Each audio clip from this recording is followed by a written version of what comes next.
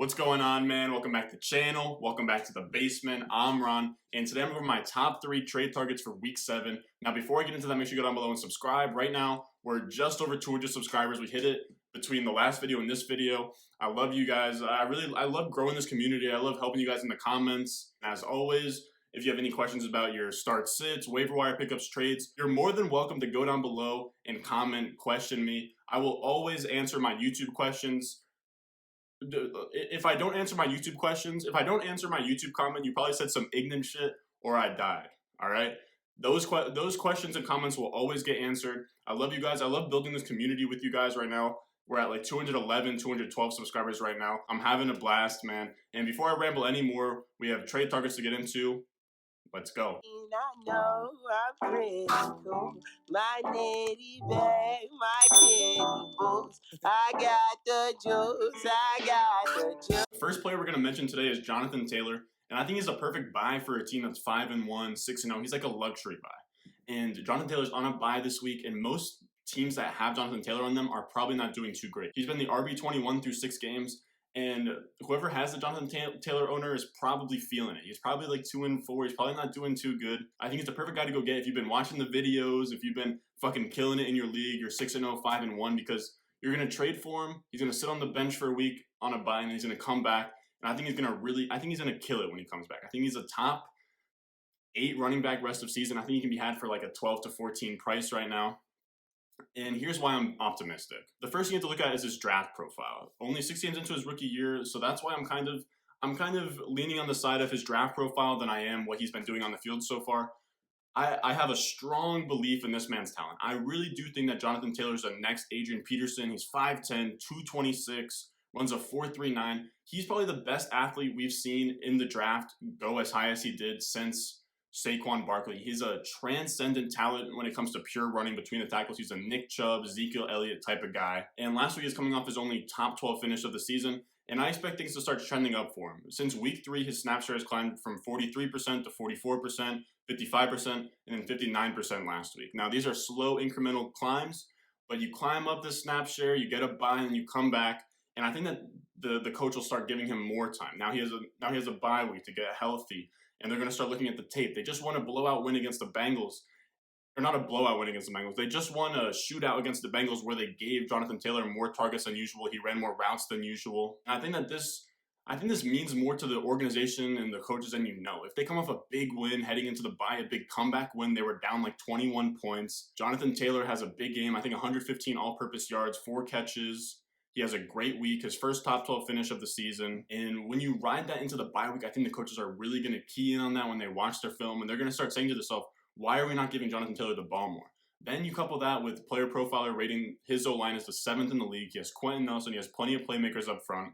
And then you also have 5 of his final 9 games are against bottom 12 defenses, allowing the most points to opposing fantasy running backs. Pretty much what that means is he's just going to have a cupcake walk the rest of the season. Next up, we have Ceedee Lamb. And I think that the points I'm about to make for Ceedee Lamb can be applied to all the Cowboys. Amari Cooper, Ezekiel Elliott. I would say Michael Gallup, but Michael Gallup is fucking dust at this point.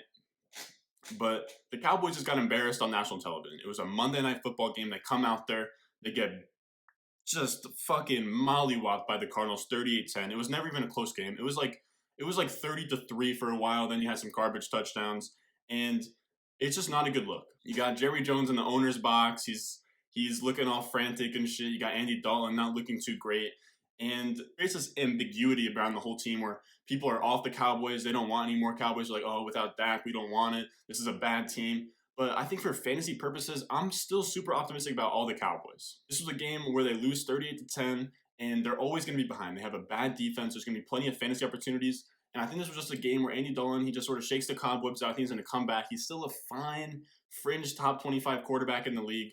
And he has plenty of weapons around him. And you have to understand that game only got out of reach so quickly because of Zeke's 2 fumbles. What's crazy is that Ceedee still gave you a startable week even though they got routed 38-10. He gave you 7 catches for 64 yards on 10 targets. And 10 targets is the second highest of his season. His highest target total this season was 11. So Andy Dalton's targeting him. I believe that Andy Dalton was the guy that got Tyler Boyd that like top 18 finish that one year. So he does like targeting the slot, especially at this part in his career. I think Ceedee Lamb is really poised to have a great season. And I think when you look at that Cardinals game, what's not being spoken about is that getting 7 for 64 on Byron Murphy is insanely impressive. Byron Murphy is the #1 ranked slot corner on Player Profiler, and even against the best one in the league as a rookie, Ceedee goes out there and gets 10 targets, 7 catches for 64 yards.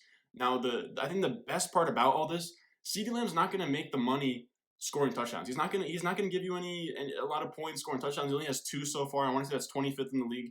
He's not going to score a lot of touchdowns. He's going to play in the slot. He's been playing in the slot on 86% of snaps this year. He's going to get catches. He's going to get targets, and he's going to get yards out to the catch. And he proved that he did that in a bad game where they lost 38-10 without a touchdown. And this is going to be like probably their worst game of the season. Going forward, it only goes up from here, and Ceedee Lamb had a fine performance. I'm telling you, the defense will stay bad. The Cowboys will look better. Buy low on Ceedee Lamb and all the Cowboys because I'm telling you, these owners want to ship away their Cowboys. So I gave you a player to buy if you're 5-1 or 6-0. I gave you Ceedee Lamb, who's a player that any team can buy. So let me give you a player to buy if you're 2-4 or 1-5. And this is going to be Kareem Hunt. Kareem Hunt last week came off a bad week, but he's a great buy for a team that needs to win right now. Kareem Hunt's an RB1 that you can get at a rental cost because Nick Chubb is there. He'll never be a fully established RB1 you have to pay for with an RB1 price. He's a guy who, he's an RB1, but for how much longer? That's what's going through the owner's head, and you have to kind of capitalize on that because as a 2-4 team, as a 1-5 team, you're not even thinking about fucking the championship. If you're 2-4, 1-5, you're just thinking about the playoffs. That's all you want, just the fucking playoffs.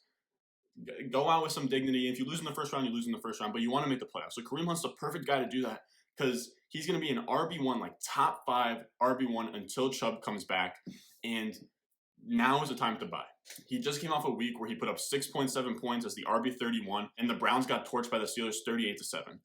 Now, this, I think, is going to be the worst week that Hunt will ever have this season. They're going to come out these next 2 weeks against the Bengals and the Raiders, who are both bottom 12 in fantasy points allowed to opposing running backs before his bye. So the next 2 weeks, you get Kareem Hunt in juicy, voluptuous matchups. And I think what that's going to do, if you're 2-4, you get him for 2 games. Now you're at 4-4. Now you have a bye, so you probably figure that out. 4-5. And then you get him until Chubb comes back. And here's the thing. We haven't even seen the Kareem Hunt main back explosion yet. When I say that he's a top 5 back for those next 2 games, he hasn't even gone over 20 points since Chubb was in the backfield. If he can go over 20 points with Chubb in that same backfield, he can go over 30 by himself in that backfield. And because he only finished as a top 12 running back in PPR leagues once in his last 3 games, I think this is why you can buy low on him.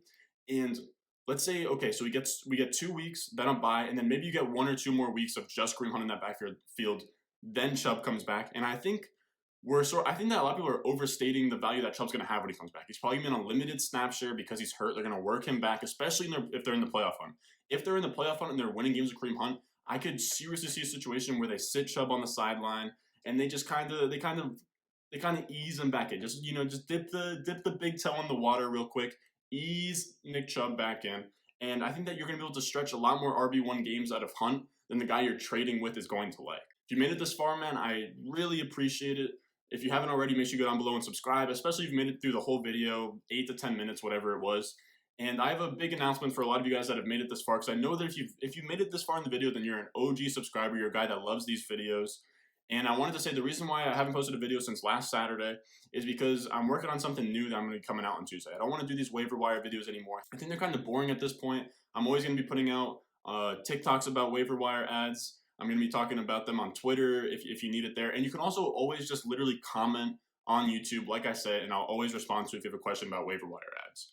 Now, I'm going to be coming out with a show where I talk about NBA, NFL, college, a little bit of fantasy, but more real life stuff, more draft stuff, more in-depth stuff, UFC stuff, anything that I want to talk about that given Tuesday, Monday, Sunday, whenever I record it. I'm going to be talking about it there. It's going to be a longer show, probably 30 to 60 minutes, and there's going to be fun edits in there. I think it's going to be something that's going to be really fun, something that's going to really propel this channel, really propel this community we're making. I think it's going to be a fun series that I'm going to start. Episode 1 comes out next Tuesday. So look forward to that. And as always, I'll see you guys in the next one.